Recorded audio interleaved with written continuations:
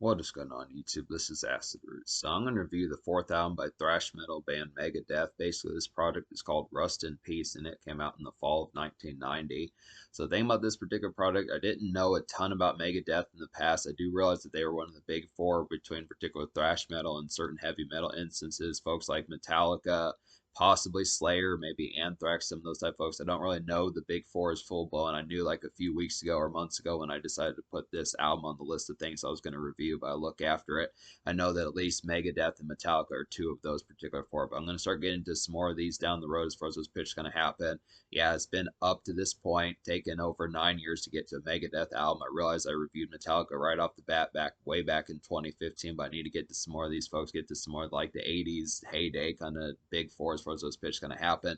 This is apparently like a classic in terms of thrash metal, definitely in like it says it's in the book of like 1,001 albums you must hear before you die, pitches like that. I'm sure there's plenty of metal places, some of those type of overall appeals. I feel like this is just a heraldic type project, and I agree with it. I definitely think the appeal behind it is pretty visceral.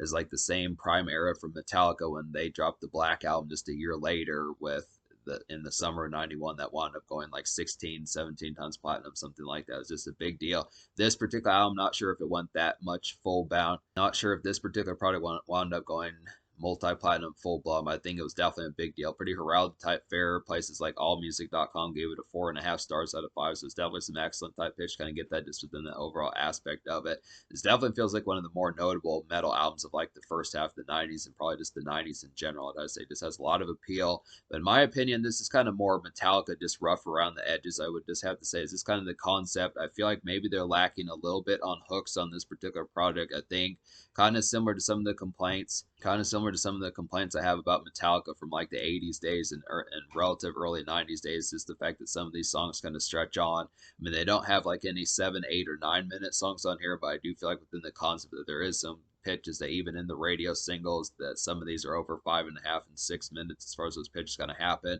So I feel like I realize, and the concept behind it was is this was before Metallica's The Black Album from the summer of 91. So they kind of helped, I want to say in certain senses, kind of amalgamate things with songs like Enter Sandman, Sad But True, Nothing Else Matters, some of those type of pitches, Holier Than Thou, some of those type ones, and the other type ones, I forget some of the other ones off, like some of the singles off of the Black album that just were within the pitch that just really made distinct kind of concrete kind of fleshed out, kind of made distinct kind of concrete fleshed out type metal in terms of like the aspect of what to do in terms of marketing it, just in a little bit more radio snap within it. But I do feel like this within the tone, this is some good attempts at being able to do it. And this is going to get like a virtual classic score. I just would say just within the appeal, just looking after this definitely has it within it. But I feel like this is kind of within the aspect. I don't know how heavily this album particularly charted in terms of its singles. I guess I'll look that up real quick just to see how well this particular album and this singles wound up doing. Well, yeah, this album only went platinum, which is pretty much a far cry from what. So yeah, I would just have to say that the singles didn't really chart that heavily either on the U.S. main chart. So yeah, this album, while it does have a lot of heraldment, it seems more of like an underground type buzz. I just would have to say, in particular, I just look after it just within the tone. It's a little bit disappointed that the sound didn't do better, considering it's seen as one of the best thrash metal. But the thing about thrash metal is just the fact that not always do those particular songs chart. It's kind of similar to like doom metal, black metal, some of those type ones, death metal, some of those type pitches. A lot of those type ones just don't always get to like the most radio type appeal. Metallica definitely was like a master of being able to do it, especially in like the early and mid 90s, but it's just kind of within the pitch of this album kind of got somewhat of the shaft here. I just look after it. It did at least get a Grammy, it at least got a nomination for Best Metal Performance at one of the Grammys, but I think within the concept, it was probably Metallica that came out on top over it. Something like that. I don't know. It just was within the tone, but this is an easy kind of alternative to some of that. This is an easy kind of alternative to like the concepts of some solid kind of 80s, 90s metal as far as those pitches kind of happen. But we'll go ahead and talk about it here. So basically, there are only 2 singles off this product. Once again, this album did not it barely went platinum. I don't know when it finally did. When I didn't know. I don't know when. I don't know when it finally went platinum as far as those pitches going to happen. But I do feel like considering that they were part of the big four, like Metallica going 16 times platinum, and then this album didn't even go 3 or 4 or 5 times platinum. It's a little bit of an offshoot as far as those pitches kind of happen with it. But yeah, the first single was Holy Wars, The Punishment Due, and this is like a gnarled kind of 80s thrash to kind of get here to some mosh crazes. I would definitely feel like, and definitely like some rough around the edges Metallica. Now, the thing about this particular song, this is what I was talking about here. This is over 6.5 minutes just within the pitch, so it is a little bit more of a lengthier listen. I do feel like this is just prime era Metallica, I'd have to say, even though it's Megadeth, I would have to say. As very similar. I feel like Dave Mustaine is like very similar to like James Hetfield in terms of like the pitch as far as having that same sort of cadence and just overall growl and drawl that he particularly that James Hetfield kind of had in like 91. Just that same sort of pitch, that same poignant kind of energy that you should get from a song like Enter Sandman or Sad But True, some of those type pitches. This is like the entry kind of single. Holy Wars, The Punishment Due is like the entry kind of single just within the pitch of being able to say it just kind of has like that standard kind of usual suspects kind of draw within it, just a typical kind of 80s, late 80s, early 90s type bop to kind of get within that tone as far as some of that appeal. Just it's not, it's a little bit sketchy. It's not a sketchy song, but it's just a little bit rough draftish within the appeal as far as like the radio marketability, just considering the fact that it just was more typical kind of cave like, just more typical kind of dungeon and cave like type out. It's just more typical kind of dungeon and cave like hangout type fare of like typical 80s type fare and just doom metal type S type hangout type commotions, I'd say. But it is a nice tone to kind of get that. Just very much, it has the attempts of doing like the hook type fare. Definitely has the guitar work on here pretty vicious. Some excellent type thrash metal to be able to get on here. But it's just kind of concept. It just didn't really get the commercial appeal. But it is some nice type stuff within that relative type aspect. This vintage kind of Megadeth. Hangar 18 is a nice one as well. Now, I like this song pretty well. This has a little bit better radio snap. I do think the Holy War song is probably a little bit just more popular within the pitch, but it's a great 1-2 punch to get both of these.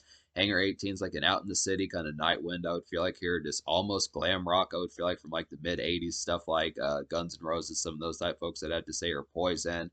It's like a starry kind of late 80s glitz, I'd have to say, with like a thrash fit to kind of get within that tone. So it's just interesting. It's just kind of an interesting type pitch because the 90s, in some senses, folks didn't know as full bound what the 90s were going to be about around this particular time, just only being about 8-9 months into it back in around the time when this particular album came out. So it's just kind of questioning whether or not hair metal, glam metal, and things like that, sludge metal, were going to be popular throughout the 90s as far as those pitches kind of having some of that type of era. I just look after an even thrash metal kind of considering, as of this point, Metallica hadn't dropped their next album as far as those pitches kind of happened. So they were still cresting off of their relative lengthier type songs like and Justice for All, some of those type pitches. So it was actually Megadeth that took the plunge first as far as those pitches kind of happened. Now, there might have been other folks. I need to know the other two. I don't remember, like I was saying, the other two, Anthrax and Slayer, some of those type folks possibly, but I just look after it. This was kind of the tone that the sounds of like what 90s was going to do with some of those type pitches hadn't been shaped out as much, at least in thrash metal. So it's just within the tone. But this is a nice one. It's kind of out and about type one, kind of get some errands done. It's kind of a fast paced type one, just real jittery type one within the tone. But I like the pitch behind it. I feel like Hangar 18 and Tornado Souls are two excellent type ones for just getting some stuff done. A lot of this is more 90s kind of hangout type fare, late 80s, 1986, 1988, 1991 hangout type fare. But I do at least feel like there's a couple songs that do have like some traverse of just kind of being in a thrash metal type mode and just really headbanging some pitches like that, but just within the tone of getting some shit done as far as those pitches can happen. So it's just some excellent type fare.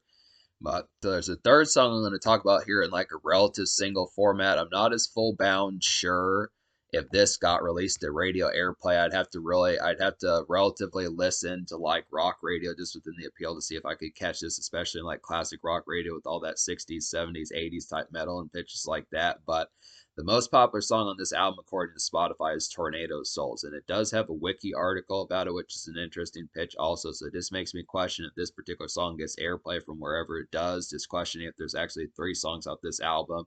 That's something that kind of happened with Metallica and AC/DC and some of those type folks. There would be singles that were, or there would be songs that weren't singles but would still get airplay, and just folks just recognize that they're popular. But I feel like Tornado Souls might as well be like the pseudo kind of third single just within the pitch behind it. So this one's like an out on the prowl kind of bruising thrash metal commerce to kind of get here. Just kind of usual antics with like some goodies and tasks in mind. I'd say this in particular. Just pick up some snacks, get some checks mixed, some of that type fare, get like a frozen burrito, something to that relative type pitch, just to get some tasks done, pay some bills, electric bill, phone bill, some of those type pitches, get some of that particularly taken care of just within that fair. There's kind of some frenetic type ones. Once again, I feel like this is a great 1-2 punch that goes with Hanger 18 just within the fair behind it is kind of the aspect. Now I kind of feel like Metallica would kind of have these particular songs, but just within a more pitch of this. Metallica just had a more versatile type pitch as far as doing what they did with the Black Album with songs like Nothing Else Matters, and then like there was another one. I'll look that up real quick. Yeah, Wherever I May Roam and The Unforgiven, some of those type of ones. I just would have to say that they just perfected kind of like the concept, or at least had the relative perfection about the concept of getting like some other type ones for just car traverse. But the thing about how Megadeth does is they just take like the viciousness and then just put that on the road. So Metallica just had like the stretches where you just would be ruminating in a car, maybe smoking like like a cigarette, not to recommend that, but like a cigarette, or just like, a quick blunt, something like that, just having like a Coke or a beer in your hand or whatever, just in the commerce of the road, just kind of some rumination out and about, just in the work shift dredge.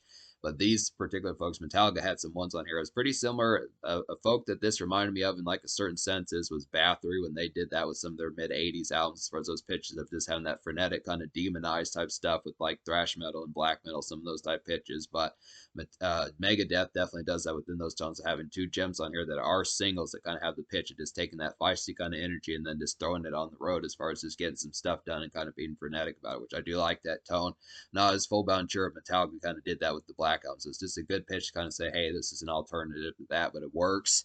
So yeah, that's the basic concept about this album in terms of the promotion. So in terms of that, just to basically say there's 9 songs on this particular album, and out of those 9, I wound up recommending 8. So the only song I don't recommend in any fashion is just Five Magics. The unfortunate thing about that song is I just didn't like the composition behind it. Just talk about that one. It had some arrangements that took like over 2 minutes to start up, and then it just had a lot of different points. It had one verse that was kind of one way, another verse that was another. It felt like there was just the guitar solo was all over the place. There's just some things. It's kind of the kineticness about that particular song was just the very messy type one. Just didn't overall like the pitch as to how the composition of it kind of went. But that's the only real snag. With there only being 9 songs, if there had been like a 10th song or something like that, I probably would have given this album like a 10 out of 10 had there been one extra song to kind of pitch that. But 8 out of 9 is within the pretty vicious sense. So I'm going to give this album in terms of score like a 9.5 out of 10. Real excellent type fair, just blistering, real like the aspect behind it, just kind of took the plunge as far as those aspects. It's advancing like the sound as to what metal, thrash metal, pitches like that were going to kind of be throughout the 90s, just in like a brand new void of like a decade as far as those pitches going to happen. Just kind of did that turn released before some of the bigger selling albums, like before, pitches like some high selling big deal 90s albums like White Zombies, Lost Exorcisto, and Alice in Chains' Dirt. And I want to say released right around the same time as Alice in Chains' Facelift, around that relative pitch, Nirvana's Nevermind, and Metallica's The Black Album, some of those type fairs, just big name kind of 90s albums that just helped shapeshift the sound, and pretty much in the early stages of some other ones that were kind of within that relative point, like Depeche Mode's Violator, some of those type pitches that were fleshing out and hadn't quite crested full blown to like their exploit behind it. So it's just within that sense. A lot of albums from the 90s kind of had like a more sleeping giant type of approach where they kind of started to meld later on, not just the opening months, but years or seasons, months, years later, as far as those pitches can happen. But yeah, so yeah, I'm just going to talk about some of these songs here. So one of the most vicious songs on this particular album that I definitely recommend for kicking off some stuff would be Take No Prisoners. It's like a rowdy kind of Take No Prisoners is like a rowdy kind of gets things hot and started fun to kind of have here. Just some mosh energy with like a vicious kind of riled time to kind of have. It's kind of the pitch behind it. This one is kind of similar to Holy War's The Punishment Due, but just a little bit more gnarled within the turn up behind it. This is probably, like I was saying, one of the most crazy to kind of get within that tone. Just kind of one to easily kind of have for some kickoff, get the headbanging going, get the moments where the good times start to roll out and just pitches like that. I would definitely say probably one that goes in tandem with Holy Wars and Take No Prisoners would be Rust in Peace Polaris. Thing about this particular song is this one's a little bit more of like an initial hangout and dap commotion kind of get here, just some bust out the drinks and chips, snacks, goodies, pitches like that. As far as those pitches kind of happen, this is just some good commute and just overall social commerce kind of have within that fair. So this is just one I really like the riffage on this particular one, just the basic kind of fair. Almost could be night venue, something like that, just within the pitch. I mean, I feel like some of these, a lot of this just gives me more of like Metallica and dungeon type music, just with hangout type fair, just more in like a den or just more relative places where you'd have some pals just hang out type fair where it's just more local residential wise. But I do feel like some of these at least have some of that relative night venue type appeal. Like I do feel like Lucretia kind of has that relative type appeal. Take No Prisoners prisoners within a relative sense. I'd probably say Holy War's the punishment doer, so one's a little bit more social out and about. But a lot of this is just more, like I was saying, kind of dungeon, and just kind of more this man cave type music within the tone behind it. But Rust in Peace Polaris is definitely an initial kind of one. Just get that initial dap, I'd have to say. Dawn Patrol is a pretty quality one as well. It's like a drooping kind of bass guitar thumper, I'd say. Here reminds me of Lithium by Nirvana. I mean, it's not full bound. I mean, it shouldn't draw a humongous amount of similarities, but just enough to say it has similar production, instrumentation type fare. It's a nice quickie for a smoke. It's a nice quickie for a smoke a joint, some night sky kind of ruminate to kind of get within that tone. Just what I'd say. It's a good aspect. Just kind of, I mean, it says Dawn Patrol on there, so I assume it kind of had in mind possibly like 5:30, 6 in the morning as the sun's starting to rise. I mean, a lot of this album feels more like a summer album. Just to be able to say it doesn't feel as wintry in that pitch, but I would have to say is the aspect of something just 4 o'clock, 3:30, 4 o'clock in the morning, just the after moments of just whatever night thrills that you were particularly having just within the pitch, just getting towards like maybe picking up like a quick bagel or something like that, getting some, bacon sandwich, some of that type there, just some good type stuff, some good type goodies to just be able to smoke a joint, just have some good type times like the morning sky pitches like that. Just a dope song.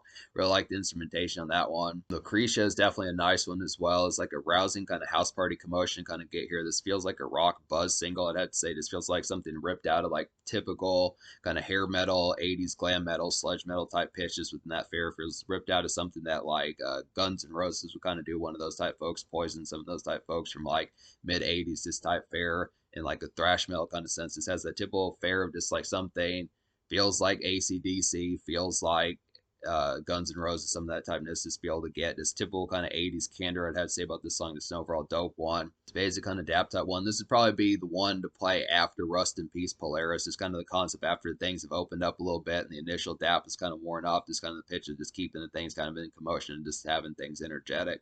It's nice type fare for that. Standard noise. And I'd say Poison was the Cure's a quality one as well. So this is a concept of just like a hangout kind of basic noise to jump in, just to kind of jump things and rocket things up a bit. I'd say within that tone, just some 80s hangout fun to kind of get, just a good song to go ham to. Yeah, basic noise to go ham to as far as those pitch kind of having just within the tone behind. This is another one of the most crazy on here. This would be a good pairing to go with Take No Prisoners. So I'd have to say within that tone, just within the pitch. Also probably the frenetic energy of Tornado Souls and Hangar 18, just without like the out on the go type prowl as far as those pitch kind of having. Just more localized, just kind of at the home, kind of just more standard get crunk within like the aspect of this more in like a local type setting, I'd say within the pitch. But yeah, this is a pretty balanced type project here, just within the quality of like the versatility. Definitely feel like it's a very impactful type project. Did a lot of damage as far as those pitch can happen. Just seems very underappreciated, just what I'd say within the tone. I mean, I think it's definitely like a thrash metal classic and early 90s and probably just 90s classic in general. It's just kind of within the aspect, it just seems to kind of get like, I feel like Metallica probably gets the lion's share of like the credibility around this particular time, but this is definitely one that's like a great,